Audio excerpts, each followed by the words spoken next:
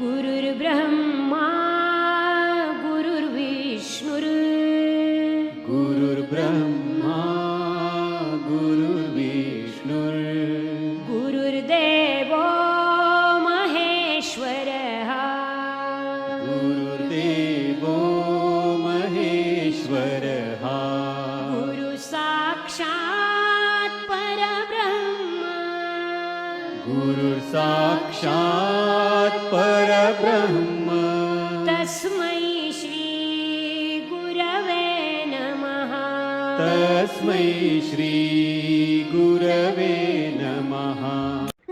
यदा यदा हि धर्मस्य ग्लानिर्भवति भारत अभ्युत्थानं धर्मस्य तदात्मानं सृजाम्यहम् परित्राणाय साधूनां विनाशाय च दुष्कृतां धर्म संस्थापनार्थाय संभवामि युगे युगे।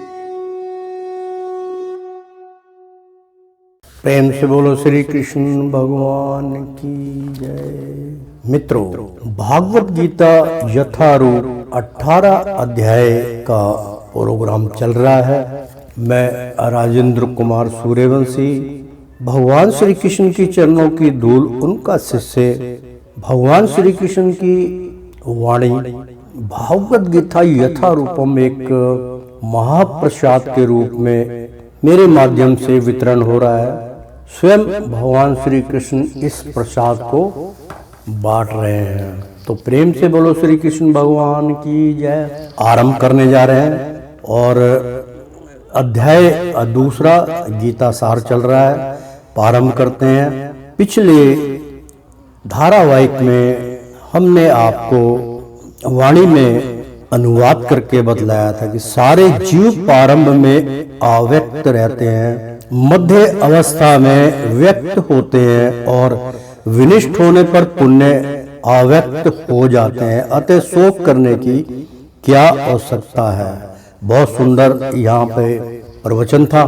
तात्पर्य यह स्वीकार करते हुए कि दो प्रकार के दार्शनिक हैं। एक तो वो जो आत्मा के अस्तित्व को मानते हैं और दूसरे वे जो आत्मा के अस्तित्व को नहीं मानते। कहा जा सकता है कि किसी भी दशा में शोक करने का कोई कारण नहीं है। आत्मा के अस्तित्व को ना मानने वालों को वेदांतवादी अनास्तिक कहते हैं। यदि हम तर्क के लिए इस नास्तिकवादी सिद्धांत को मान भी लें तो भी शोक करने का कोई कारण नहीं है। मित्रों, बहुत सुंदर इसमें है। बार बार ये कह रहे हैं कि शोकाकुल तो आदमी होते ही है। इंसान में इतना मोह का त्याग कैसे होगा। वो अपने सामने माता पिता को जाते देखेगा।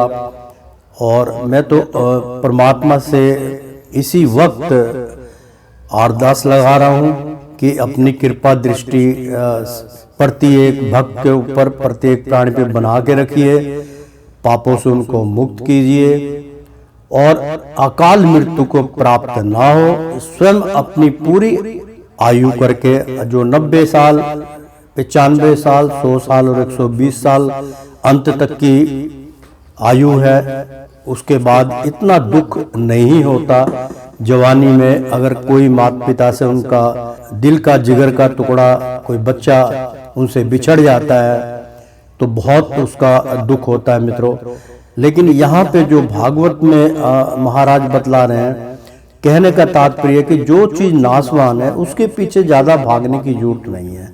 यानी कि मान लीजिए एक मैं छोटा सा आपको तर्क बतलाता हूँ।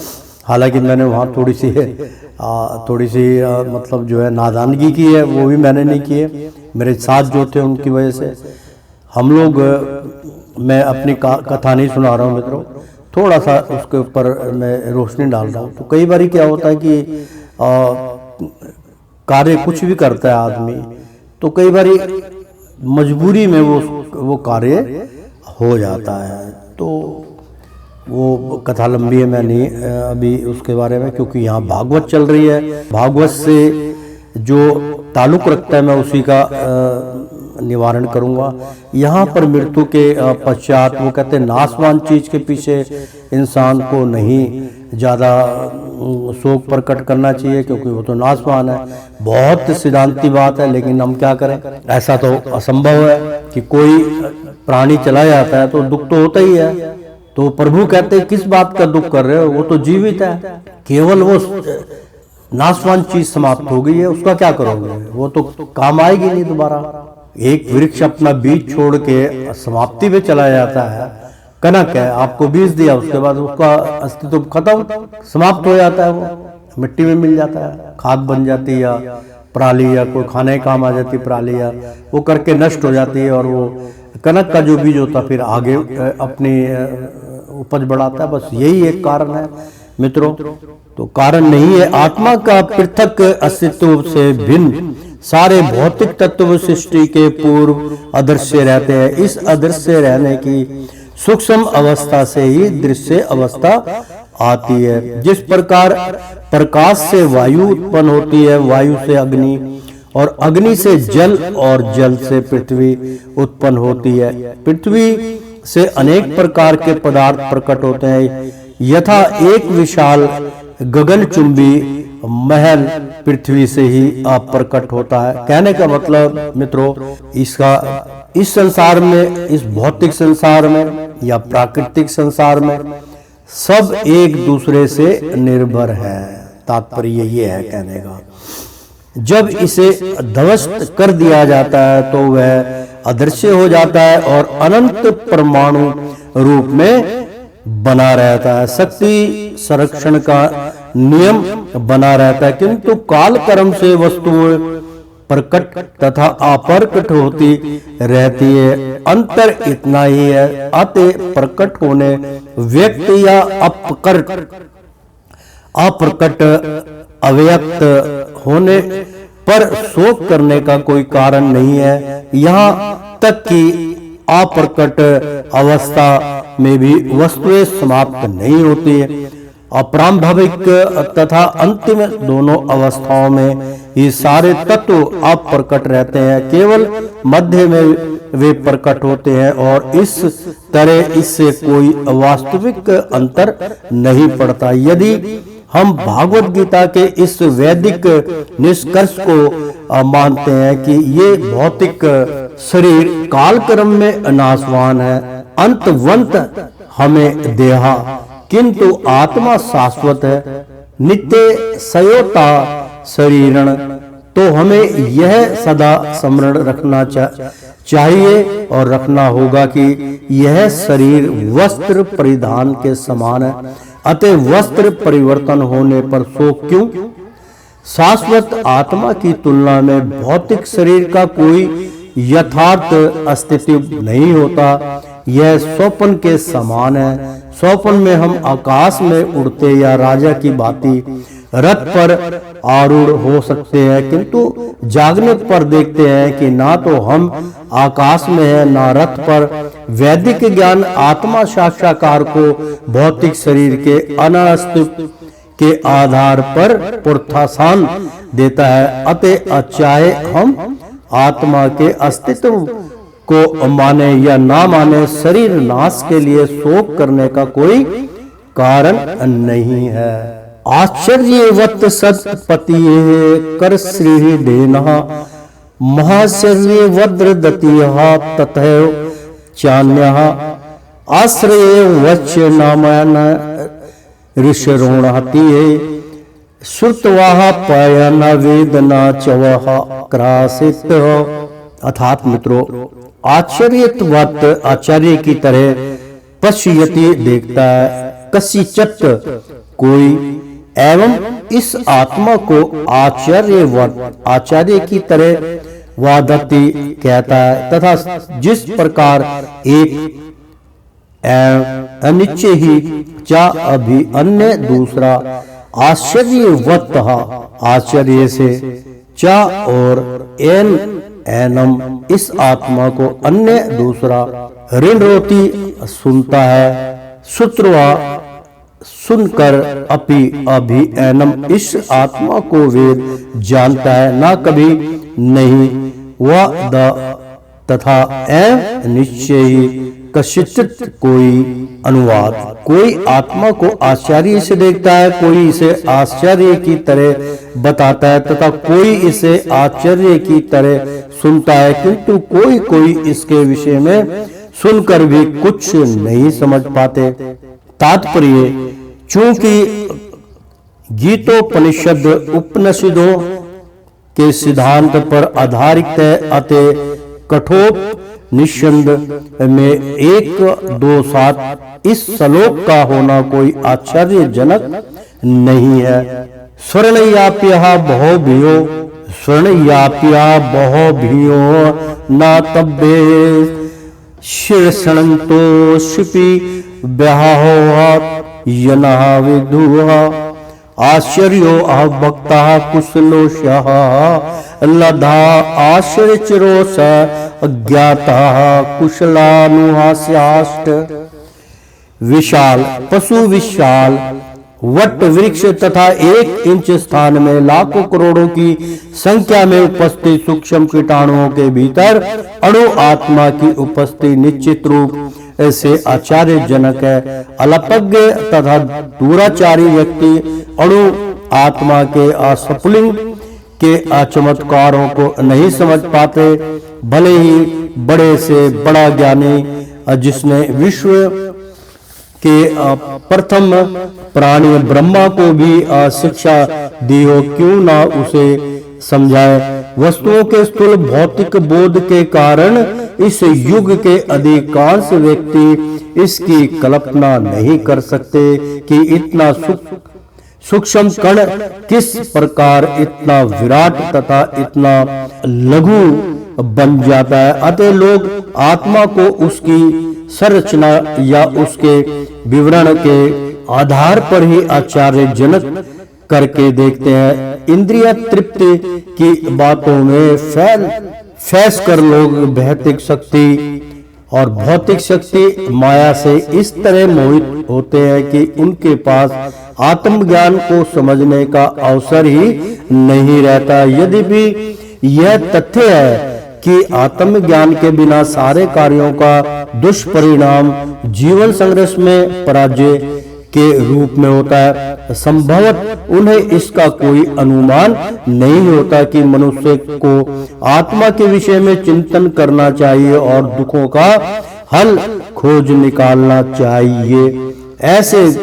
ऐसे थोड़े से लोग जो आत्मा के विषय में सुनने के इच्छुक हैं, अच्छी संगीति पाकर भाषण सुनते हैं, किंतु कभी कभी अज्ञानवश वे परमात्मा तथा अणु आत्मा को एक समझ बैठते हैं। ऐसा व्यक्ति खोज पाना कठिन है जो परमात्मा अणु आत्मा उनके पृथक पृथक कार्यों तथा संबंधों एवं अन्य विस्तारों को सही ढंग से समझ सके।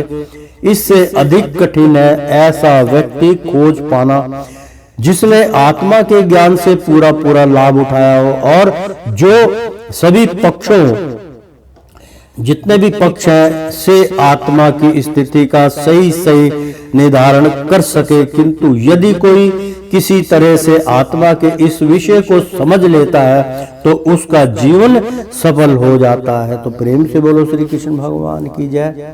इस आत्म ज्ञान को समझने का सरलतम उपाय यह है कि अन्य मतों से विचलित हुए बिना परम प्रमाण भगवान कृष्ण द्वारा कथित भागवत गीता के उपदेशों को ग्रहण कर लिया जाए। किंतु इसके लिए भी इस जन्म में या पिछले जन्मों में अप्रचुर तपस्या की आवश्यकता होती है, तभी कृष्ण को श्री भगवान के रूप में स्वीकार किया जा सकता है। पर कृष्ण को इस रूप में जानना अशुद्ध भक्तों की आहुति की कृपा से ही होता है, अन्य किसी उपाय से नहीं। मित्रों, इस प्रसंग को मैं बार बार अपने शिष्यों को बताता रहा हूं कि भगवान श्री कृष्ण की आराधना बहुत ही कठिन है। भाग्य से कई जन्मों की भक्ति से हमें भागवत सुनने का और भागवत करने का और भागवत सुनने का अनुदान प्राप्त होता है। बहुत कृपा होती है भगवान श्री कृष्ण की कई जन्मों के फल स्वरूप हमें ऐसा मौका मिलता है जो हम भागवत करते हैं और भागवत को सुनते हैं। भागवत करने वाले से ज्यादा सुनने वाले को फल प्राप्त होता है मित्रों। तो भागवत गीता सुनना यथारूप मत भूलिएगा। प्रत्येक प्राणी को इस कथा भाव का अमृत जरूर ग्रहण करना चाहिए। तो एक बार बोल दो ना, राधे राधे। तो मित्रों, देहि नित्यम वध्योहम देहया सर्वस्या वार्ता तस्य मत सर्वणीय भूतानि न तमा सोची तुम हिंस्रेया। देहि मतलब भौतिक शरीर का स्वामी, नित्यम शाश्वत, अवध्य मारा नहीं जा सकता, अयम यह आत्मा देह शरीर में स्वर्ष हर एक का भारत है, भारतवंशी तस्मात् एते सवरणी समस्त भूतानी। मित्रों, मैं दोबारा इसका प्रसंग अर्थ भाव बताता हूं आपको। भारत है या भारतवंशी, तस्मात् अते सवरणी समसत भूतानी जीवों, जन्म लेने वाले को अन्ना कभी नहीं, तवम तुम सोचे तुम शोक करने के लिए आहर्षि योग्य हो। प्रेम से बोलो नारायण। अनुवाद, हे भारतवंशी, शरीर में रहने वाले का कभी भी वध नहीं किया जा सकता, अतः तुम्हें किसी भी जीव के लिए शोक करने की आवश्यकता नहीं है। तात्पर्य, अब भगवान अविकारी आत्मा विषयक अपना उपदेश समाप्त कर रहे हैं। अमर आत्मा का अनेक प्रकार से वर्णन करते हुए भगवान कृष्ण ने आत्मा को अमर तथा शरीर को नाशवान सिद्ध किया है। अतः क्षत्रिय होने के नाते अर्जुन को इस भय से कि युद्ध में उसके पितामह भीष्म तथा गुरु द्रोण पर जाएंगे, अपने कर्तव्य से विमुख नहीं होना चाहिए। कृष्ण को प्रमाण मानकर भौतिक देह से भिन्न आत्मा का पृथक अस्तित्व स्वीकार करने ही होगा। यह नहीं कि आत्मा जैसी कोई वस्तु नहीं है या कि जीवन के लक्षण रसायनों की अंतर्क्रिया के फल स्वरूप एक विशेष अवस्था में प्रकट होते हैं। यद्यपि आत्मा अमर है, किंतु इससे हिंसा को प्रोत्साहित नहीं किया जाता है। फिर भी युद्ध के समय हिंसा का निषेध नहीं किया जाता, क्योंकि तब इसकी आवश्यकता रहती है। ऐसी आवश्यकता को भगवान की आज्ञा के आधार पर उचित ठहराया जा सकता है, स्वेच्छा से नहीं। सब धर्माप्यः चावेक्ष्या नाविक मुपेहा तुम हर्षः अधर्मयादिहा युद्रा सक्षेयो असन्नाताछा त्रिच्छाः त्रिच्छयास्याना विद्धते। अर्थात स्वर धर्म अपने धर्म को अपि भी अच्छा अनिसंदेह अवेक्ष्या विचार करके ना कभी नहीं। विक मुक्त तुम संकोच करने के लिए अहिंसी तुम योग्य हो। धर्मायार्थ धर्म के लिए ही निस्संदेह युद्धांत युद्ध करने की अपेक्षा श्रेय श्रेष्ठ साधन। अयंत कोई दूसरा क्षत्रिय का ना नहीं विद्धते है। अनुवाद, क्षत्रिय होने के नाते अपने विशिष्ट धर्म का विचार करते हुए तुम्हें जानना चाहिए कि धर्म के लिए युद्ध करने से बढ़कर तुम्हारे लिए अन्य कोई कार्य नहीं है। अतः तुम्हें संकोच करने की कोई आवश्यकता नहीं है। तात्पर्य, सामाजिक व्यवस्था के 4 वर्णों में द्वितीय वर्ण उत्तम शासन के लिए है और क्षत्रिय कहलाता है। क्षतः का अर्थ है चोट खाया हुआ, जो क्षति से रक्षा करे वह क्षत्रिय कहलाता है। त्रायते रक्षा प्रदान करना, क्षत्रियों को वन में आखेट करने का प्रशिक्षण दिया जाता है। क्षत्रिय जंगल में जाकर शेर को ललकारता और उससे आमने सामने अपनी तलवार से लड़ता था। शेर की मृत्यु होने पर राजसी ढंग से अंत्येष्टि की जाती थी। आज भी जयपुर रियासत के अक्षत्रिय राजा इस प्रथा का पालन करते हैं। क्षत्रियों को विशेष रूप से ललकारने तथा मारने की शिक्षा दी जाती है, क्योंकि कभी कभी धार्मिक हिंसा अनिवार्य होती है। इसलिए क्षत्रियों को सीधे संन्यास आश्रम ग्रहण करने का विधान नहीं है। राजनीति में अहिंसा कूटनीति चाल हो सकती है, किंतु वह कभी भी कारण का सिद्धांत नहीं रही। धार्मिक संहिताओं में उल्लेख मिलता है, अहावेशु मिथ्या सोन्या जिगा संतो माहि चक्त युद्धमाना पह संकत्या ओ सर्वंगा अग्वान्यता प्रहायु अमुखा यगेशो अपश्वो वहान हयनते असत सत दीजया संस्कृता किल मंत्र सहो से तेश पिया स्वर्ग विभाना पुतम मान।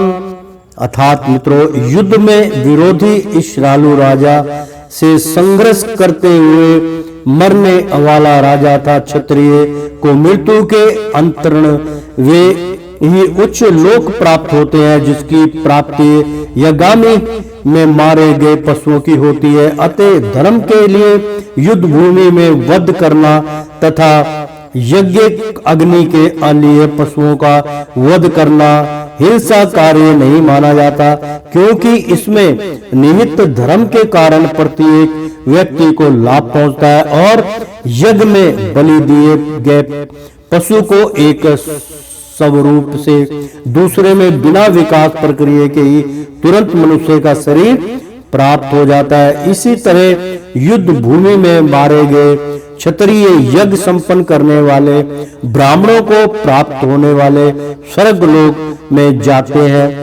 स्वर्ग धर्म दो प्रकार का होता है। जब तक मनुष्य मुक्त नहीं हो जाता तब तक मुक्ति प्राप्त करने के लिए धर्म के अनुसार शरीर विशेष के कर्तव्य करने होते हैं। जब वह मुक्त हो जाता है तो उसका विशेष कर्तव्य या स्वर्ग धर्म आध्यात्मिक हो जाता है और देहात्म बुद्धि में नहीं रहता। जब तक देहात्म बुद्धि है तब तक ब्राह्मणों तथा क्षत्रियों के लिए स्वर्ग धर्म पालन अनिवार्य होता है। स्वर्ग धर्म का विधान भगवान द्वारा होता है, जिसका अस्पष्टीकरण चतुर्थ अध्याय में किया जाएगा। शारीरिक स्तर पर स्वर्ग धर्म में वर्णाश्रम धर्म अथवा आध्यात्मिक बोध का प्रथम सोपान करते हैं और उसको सोपान कहते हैं।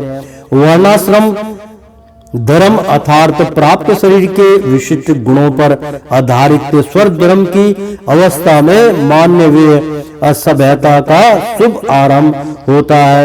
वर्णाश्रम धर्म के अनुसार किसी कार्य क्षेत्र में स्वर्ग धर्म का निर्वाह करने से जीवन के उच्चतर पद को प्राप्त किया जा सकता है। यज्ञ चोपना स्वर्ग द्रुवापान वित्रम असुखीन क्षत्रिया पार्थ लंबनते युद्ध भीषणम। अर्थात यक्ष अपने आप व अभी उपपन्नम प्राप्त हुए स्वर्गलोक का द्वारम दरवाजा उपमातम खुला हुआ सुखीन अत्यंत सुखी क्षत्रिय राज परिवार के सदस्य पार्थ हे पृथा पुत्र लंबनते प्राप्त करते हैं। अयुद्ध धम युद्ध को ईश्वरसम इस तरह अनुवाद, हे पार्थ वे अक्षत्रिय सुखी है जिन्हें ऐसे युद्ध के अवसर अपने आप प्राप्त होते हैं, जिससे उनके लिए स्वर्गलोक के द्वार खुल जाते हैं। तात्पर्य, विश्व के परम गुरु भगवान कृष्ण अर्जुन की इस प्रवृत्ति की भर्त्सना करते हैं जब वह कहता है कि उसे इस युद्ध में कुछ भी तो लाभ नहीं दिख रहा है, इस नरक में अशाश्वत वास करना होगा। अर्जुन द्वारा ऐसे व्यक्त वह केवल अज्ञान जन्य थे, वह अपने स्वर्ग धर्म के आचरण में अहिंसक बनाना चाह रहा था, किंतु एक क्षत्रिय के लिए युद्ध भूमि में स्थित होकर इस प्रकार आंशिक बनाना मूर्खों का दर्शन है। पराशर संगति मित्र, मैं इसका उच्चारण करता हूं, बहुत सुंदर मित्रों, कि आंशिक यानी कि बहुत अपने आप को छोटा समझना, आचरण में आंशिक बनाना चाह रहा था, यानी कि मैं बहुत छोटा हूं, नादान हूं, उसको आंशिक बोलते हैं। किंतु एक क्षत्रिय के लिए युद्ध भूमि में स्थित होकर इस प्रकार, मतलब एक क्षत्रिय ब्राह्मण या क्षत्रिय राजपूत, वो अगर युद्ध में खड़ा है तो उसको ये सब बातें शोभा नहीं देती। आंशिक बनाना मूर्खों का दर्शन है। पराशर स्मृति में वासुदेव से पिता पराशर ने कहा, क्षत्रियो ही अप्रजा छन्न, क्षत्र प्राणी अपंद्रयन, निजरते अप्रसन्नाद्या चित्री धर्मोणः अपालयतोहा। क्षत्रिय का धर्म है कि वह सभी कलेशों से नागरिकों की रक्षा करे, इसलिए उसे शांति तथा व्यवस्था बनाए रखने के लिए हिंसा करनी पड़ती है। अतः उसे शत्रु राजाओं के सैनिकों को जीतकर धर्मपूर्वक संसार पर राज्य करना चाहिए। यदि सभी पक्षों का विचार करें तो अर्जुन को युद्ध से विमुख होने का कोई कारण नहीं था। यदि वह शत्रुओं को जीतता है तो राजभोग करेगा, और यदि वह युद्ध भूमि में मरता है तो स्वर्ग को जाएगा, जिसके द्वारा उसके लिए दोनों द्वार खुले हुए हैं। दोनों की तरह युद्ध करने से उसे लाभ होगा। अथ चेतव्यम धार्य संग्राम न करियासी, तत्स्वर धर्म कीर्ति चाहित्वा अपाप ममाह पैयासायासिया। अते चेत यदि तवम तुम इमम इश धर्मस्यहम, इस धर्म रूपिया संग्रामम, युद्ध को अन्ना नहीं करिष्यासी करोगे, तत् तब असव धर्म, अपने धर्म को, कीर्तम यश को, चा अभी इत्वा खोकर, पापम पापपूर्ण फल को, अवास्य फलस्थिति प्राप्त करोगे। अनुवाद, किंतु यदि तुम युद्ध करने के स्वर धर्म को असंपन्न नहीं करते तो तुम्हें निश्चित रूप से अपने कर्तव्य की उपेक्षा करने का पाप लगेगा, और तुम योद्धा के रूप में भी अपना यश खो दोगे। तात्पर्य, अर्जुन विख्यात योद्धा था जिसके शिव आदि अनेक देवताओं से युद्ध करके यश अर्जित किया था। शिकारी के वेश में शिवाजी से युद्ध करके तथा उन्हें हराकर अर्जुन ने उन्हें प्रसन्न किया था, और वर के रूप में पाशुपतक शस्त्र प्राप्त किया था। सभी लोग जानते हैं कि वह एक महान योद्धा है। स्वयं द्रोणाचार्य ने उसे आशीष दिया था और एक विशेष शस्त्र प्रदान किया था जिससे वह अपने गुरु का भी वध कर सकता था। इस प्रकार वह अपने धर्मपिता स्वर्ग के राजा इंद्र समेत अनेक अधिकारियों से अनेक युद्धों के प्रमाण पत्र प्राप्त कर चुका था, किंतु यदि वह इस समय युद्ध का प्रतित्याग करता है तो वह न केवल क्षत्रिय धर्म की उपेक्षा का दोषी होगा, आपूर्ति उसके यश की भी हानि होगी और वह नरक जाने के लिए अपना मार्ग तैयार कर लेगा। दूसरे शब्दों में वह युद्ध करने से नहीं, आपूति युद्ध से पलायन करने के कारण नरक का बागी होगा।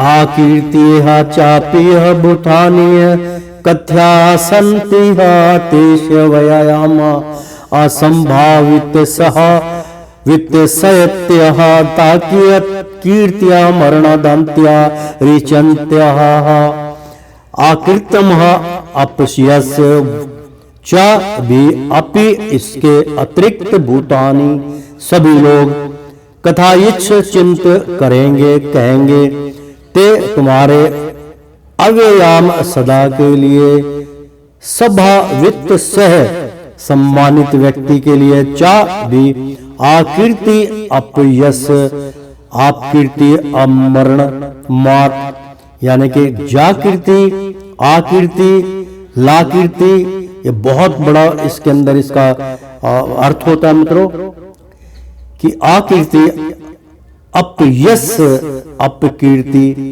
अपने आप ही अपनी कीर्तिमान को बनाना, मरणांत मृत्यु से भी अतिरिक्त व्यस्तते आदि होती है।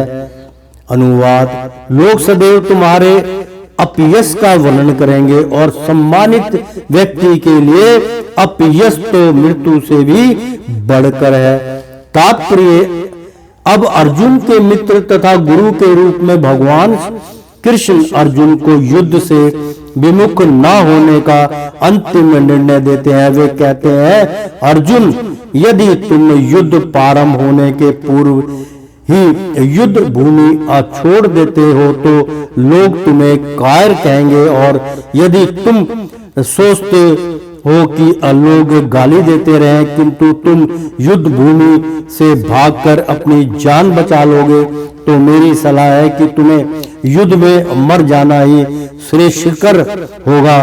तुम जैसे सामान्य व्यक्ति के लिए अपकीर्ति मृत्यु से भी बुरी है, अतः तुम्हें प्राण भय से भागना नहीं चाहिए, युद्ध में मर जाना ही श्रेष्ठकर होगा। इससे तुम मेरी मित्रता का दुरुपयोग करने तथा समाज में अपनी प्रतिष्ठा खोने के अपयश से बच जाओगे। अतः अर्जुन के लिए भगवान का अंतिम निर्णय था कि यह संग्राम से पलायन ना करे, आपूति युद्ध में मरे।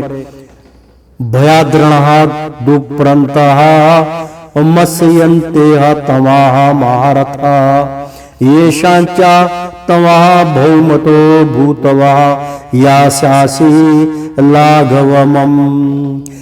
भयात भय से, रणात युद्ध भूमि से, उप्रतम विमुख, मत्स्यन्ते मानेंगे, तवाम तुमको, महारथा बड़े बड़े योद्धा, वेशामम जिनके लिए चा अभी तवम तुम बहुमत अत्यंत सम्मानित भूतवा होकर यशासी आओगे। लाघवम तुच्छता को।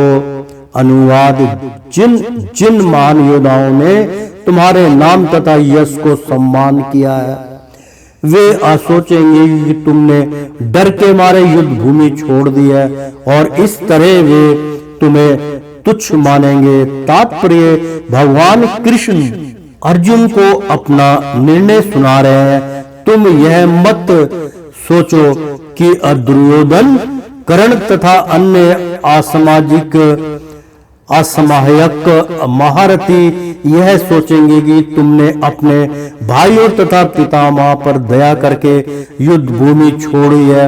वे तो यही सोचेंगे कि तुमने अपने प्राण के भय से युद्ध भूमि छोड़ी है। इस प्रकार उनकी दृष्टि में तुम्हारे प्रति जो सम्मान था वह धूल में मिल जाएगा।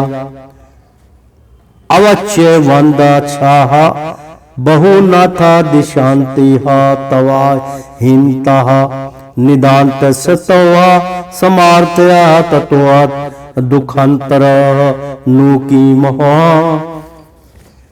अवश्य कटु वरदान मिथ्या शब्द चा भी वहन अनेक वदिष्यन्त्यः, कहेंगे तब तुम्हारे आहिंता शत्रु निदंत निंदा करते हुए, तब तुम्हारी समार्थ्य समार्थ्य है, तत् उसकी अपेक्षा दुखतरम अधिक दुखदाई नु अनिसंदेह किम और क्या है। अनुवाद, तुम्हारे शत्रु अनेक प्रकार के कटु शब्दों से तुम्हारा वर्णन करेंगे और तुम्हारी सामर्थ्य का उपहास करेंगे, तुम्हारे लिए इससे दुखदाई और क्या हो सकता है।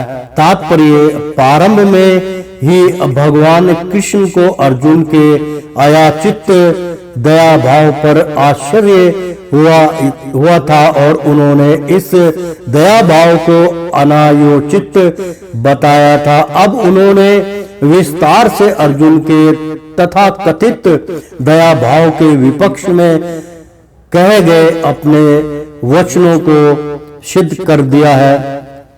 हतो वह प्रात सयासिया स्वर्ग चित्वा वा बोधया मोक्ष्यासे मामीम अतस्मदुतिष्ठ कुंते युधा कुंतनियाश्रह।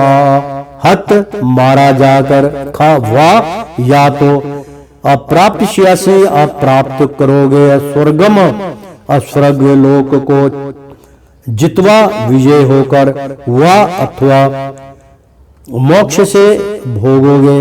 महीम पृथ्वी को अतस्मात् अत उत्तिष्ठ उठो, कौतन्य आके कुंती पुत्र युद्ध लड़ने के लिए कृत दृढ़ निश्चय संकल्प से। अनुवाद, हे कुंती पुत्र, तुम यदि युद्ध में मारे जाओगे तो स्वर्ग प्राप्त करोगे, या यदि तुम जीत जाओगे तो पृथ्वी के साम्राज्य का भोग करोगे।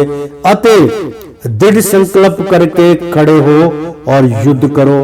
तात्पर्य, यद्यपि अर्जुन के पक्ष में विजय निश्चित न थी, फिर भी उसे युद्ध करना था, क्योंकि यदि वह युद्ध में मारा भी गया तो वह स्वर्गलोक को जाएगा। सुख दुखे हा समय कृतवा अलाभा लाभो जयात जयो ततो युद्ध सह नैवा पाप मवा पस्याईसी।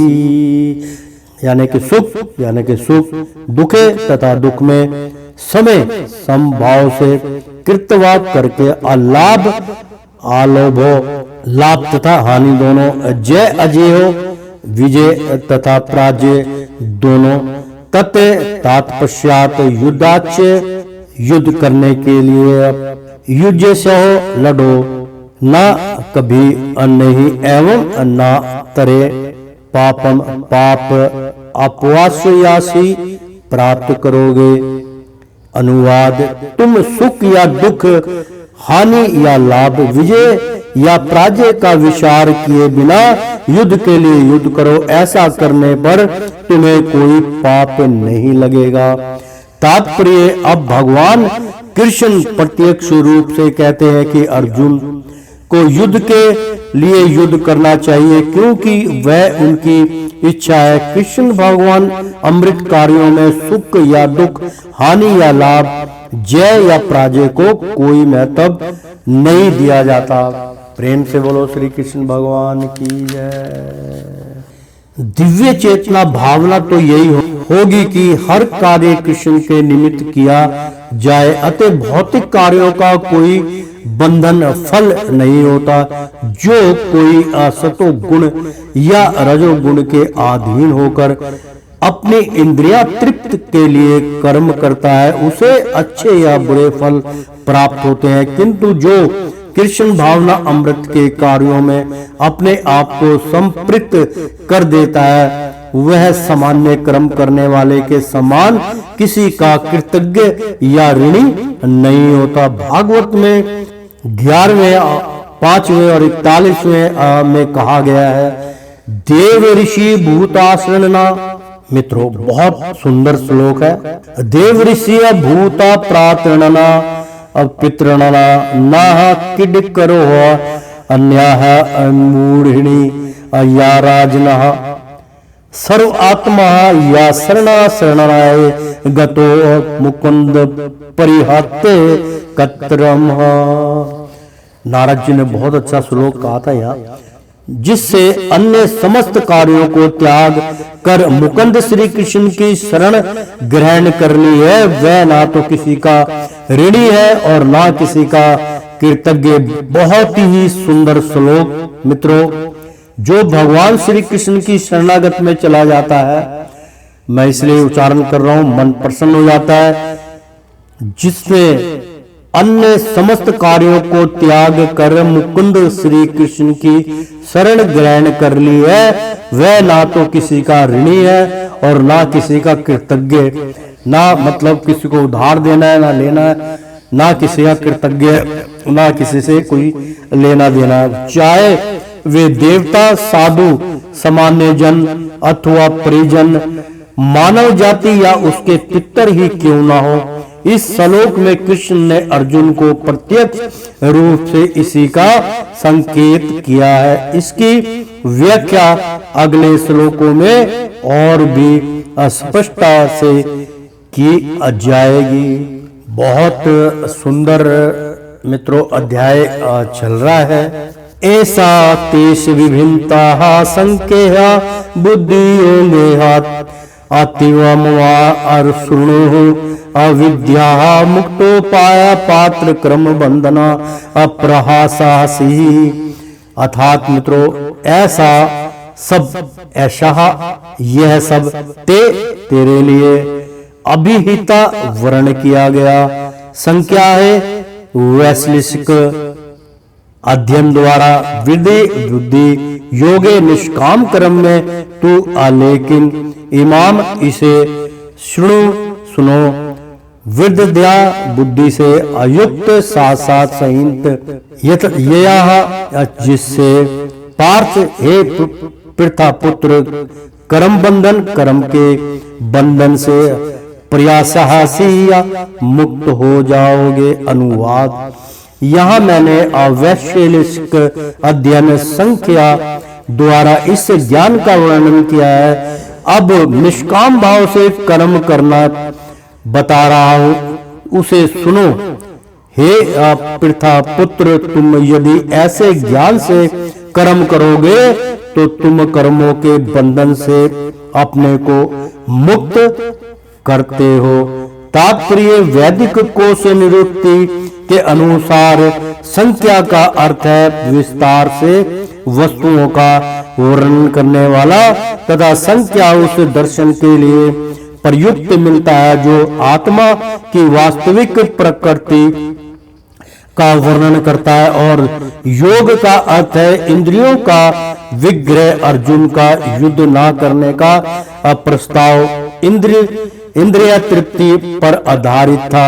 वह अपने प्रधान कर्तव्य को भुलाकर युद्ध से दूर रहना चाहता था, क्योंकि उसने यह सोचा कि धृतराष्ट्र के पुत्रों अर्थात अपने बंधु बंधुओं को परास्त करके राज भोग करने की अपेक्षा अपने संबंधियों तथा स्वजनों को ना मारकर वह अधिक सुखी होगा। दोनों की प्रकार से मूल सिद्धांत तो इंद्रिय तृप्ति था। उन्हें जीतने से प्राप्त होने वाला सुख तथा स्वजनों को जीवित देखने का सुख, ये दोनों इंद्रिया तृप्ति के धरातल पर एक है, क्योंकि इससे बुद्धि तथा कर्तव्य दोनों का अंत हो जाता है। अतः कृष्ण ने अर्जुन को बताना चाहा कि वह अपने पितामह के शरीर का वध करके उसके आत्मा को नहीं मारेगा। उन्होंने यह बताया कि उनके सहित सारे जीव शाश्वत प्राणी हैं। वे भूतकाल में प्राणी से वर्तमान में भी प्राणी रूप में है और भविष्य में भी प्राणी बने रहेंगे, क्योंकि हम सब शाश्वत आत्मा है। हम विभिन्न प्रकार से केवल अपना शारीरिक परिधान वस्त्र बदलते रहते हैं और इस भौतिक वस्त्र के बंधन से मुक्ति के बाद भी हमारी पृथक सत्ता बनी रहती है। भगवान कृष्ण द्वारा आत्मा तथा शरीर का अत्यंत विशुद्ध वैश्लेषिक अध्ययन प्रस्तुत किया गया है और निरुक्ति कोश की शब्दावली में इस विशुद्ध अध्ययन को यहाँ संख्या कहा गया है। इस संख्या का नास्तिक कपिल के संख्या दर्शन से कोई सरोकार नहीं है। इसी नास्तिक कपिल के संख्या दर्शन से बहुत पहले भगवान कृष्ण अवतार भगवान कपिल ने अपनी माता देवहूति के समक्ष देव भागवत में वास्तविक संख्या दर्शन पर प्रवचन किया था। उन्होंने स्पष्ट बताया कि पुरुष या परमेश्वर क्रियाशील है और वे अप्राकृतिक पर दृष्टिपात करके सृष्टि की उत्पत्ति करते हैं। इसको वेदों ने तथा गीता ने स्वीकार किया है। वेदों में वर्णन मिलता है कि भगवान ने प्राकृतिक पर दृष्टिपात किया और उसमें आणविक जीव आत्माएं प्रविष्ट कर दी। ये सारे जीव भौतिक जगत में इंद्रिया तृप्ति के लिए काम करते रहते हैं और माया के वशीभूत होकर अपने को भोक्ता मानते रहते हैं। इसी मानसिकता की चरम सीमा भगवान के साथ मनुष्य से सायुज्य प्राप्त करना है। यह माया अथवा इंद्र तृप्ति जन्य अमोह का अंतिम पास है और अनेक जन्मों तक इस तरह इंद्रिय तृप्ति करते हुए कोई महात्मा भगवान कृष्ण वासुदेव की शरण में जाता है, जिससे परम सत्य की खोज पूरी होती है। अर्जुन ने कृष्ण की शरण ग्रहण करके पहले ही उन्हें गुरु रूप में स्वीकार कर लिया है। शिष्य सते हाँ सांधि अमा तमा परस नम। बहुत सुंदर है श्लोक मित्रों। शिष्य पे सहा मतलब शिष्य के रूप में असाधि महातवा परप्रतनम। फल स्वरूप कृष्ण अब उन्हें बुद्धि योग का कर्म योग की कार्य विधि बतलाएंगे जो कृष्ण की इंद्रिया तृप्ति के लिए किया गया भक्ति योग है। या भक्ति योग अध्याय 10 के प्रथम श्लोक में वर्णित है, जिसमें उसे उन भगवान के साथ प्रत्यक्ष संपर्क बताया गया है जो सबके हृदय में परमात्मा रूप में विद्यमान है। किंतु ऐसा संपर्क भक्ति की बिना संभव नहीं है। अतः जो भगवान की भक्ति या दिव्य प्रेमा भक्ति में या कृष्ण भगवान अमृत में स्थित होता है, वही भगवान की विशिष्ट कृपा से बुद्धि योग की यह अवस्था प्राप्त कर पाता है। अतः भगवान कहते हैं कि जो लोग दिव्य प्रेम वश भक्ति में निरंतर लगे रहते हैं, उन्हें ही वे भक्ति का विशुद्ध ज्ञान प्रदान करते हैं।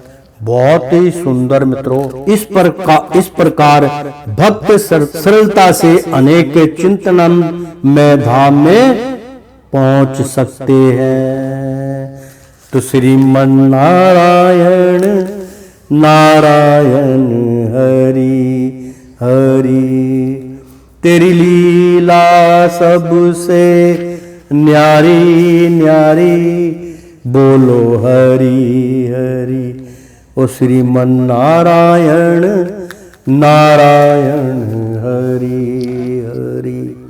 प्रेम से बोलो श्री कृष्ण भगवान की जय। एक बार बोल दो ना राधे राधे।